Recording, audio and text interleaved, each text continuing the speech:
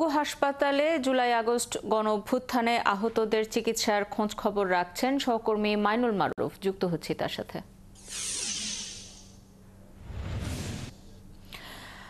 মাইনুল মারুফ, গতকাল একটা বৈঠক হয়েছে উপদেষ্টাদের সঙ্গে আহতদের স্বজনদের, সেখানে কি কি আশ্বাস তাদেরকে দেয়া হয়েছে এবং সেই সব আশ্বাসের পর কি প্রতিক্রিয়া তাদের, এবং তারা হাসপাতালে ফিরে গেছেন কিনা, তাদের এখনকার চিকিৎসার সবশেষ খবরাখবর জানাবেন।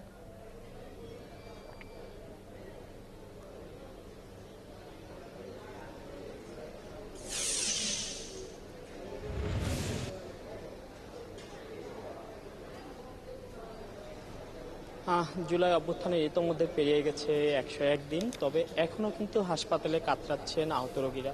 যারা আহত হয়েছেন, আন্দোলনে গুলিবিদ্ধ হয়েছেন, তারা এখনো হাসপাতালে আছেন। তাদের সুচিকিৎসা চলছে বলে তারা আমাদেরকে বলছেন। তবে অনেকেরই আছে যাদেরকে বিদেশে পাঠানোর প্রয়োজন আছে ও যাদের আরও উন্নত চিকিৎসার প্রয়োজন আছে, তাদেরকে উন্নত চিকিৎসার জন্য তারা আন্দোলনে নেমেছিলেন। তারা বলছিলেন যে উপদেষ্টা এসেছিলেন, তাদের সাথে দেখা করেননি সেটি বিষয় নয়, তবে তাদেরকে বারবার আশ্বাস দেওয়া হয়েছে, নানানভাবে বলা হয়েছে তাদের সুচিকিৎসা নিশ্চিত করা হবে, তাদেরকে পুনর্বাসনের কথা। তবে 3 মাস পেরিয়ে গেলেও তা হয়নি বলেই কিন্তু তারা রাস্তায় নেমেছিলেন। তারা বলছিলেন যে তাদের যে দাবিগুলো ছিল সে দাবিগুলো পূরণ করতে হবে, তাদের পুনর্বাসনের ব্যবস্থা করতে হবে। এখানে অনেক আহতই আছেন এবং আমি তাদের মধ্যে কয়েকজনের সাথে কথাও বলতে চাই, যারা গতকালকে সচিবালয়ে ছিলেন। এমন কাউকে আপনাদের সাথে সম্পৃক্ত করতে চাই। তাদের দাবিগুলো তারা হয়তো জানাবেন এবং কালকে কি হয়েছিল সচিবালয়ে তা আমাদেরকে বলতে পারবেন। গতকালকে সচিবালয়ে কি হয়েছিল এবং আপনাদের মূল দাবিগুলো কি ছিল?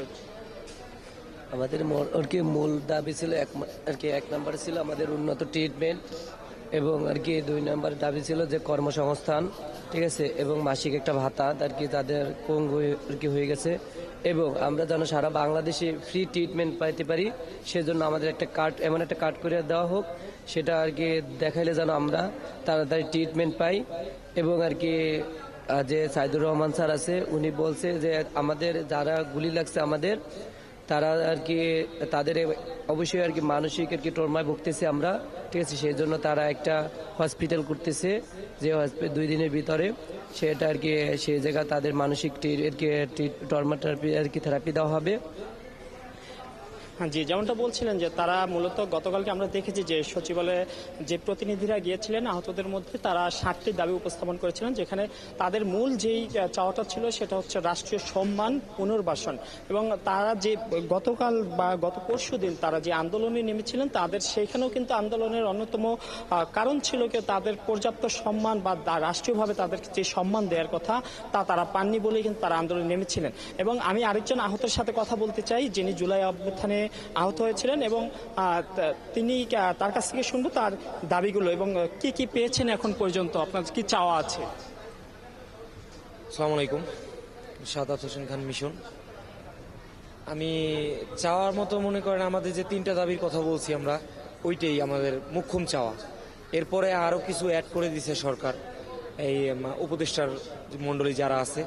এখন আমার ভাইয়েরা যা বললো কালকে, আমি তো যেতে পারিনি, আশা করি আমাদের দৃষ্টি আকর্ষণ করছে তারা। এইভাবে যদি আমাদের দাবিটা পূরণ করে নেওয়া হয়। খবর রাখতে থাকুন মাইনুল মারুফ, আপনার মাধ্যমে আমরা আহতদের বক্তব্য শুনছিলাম।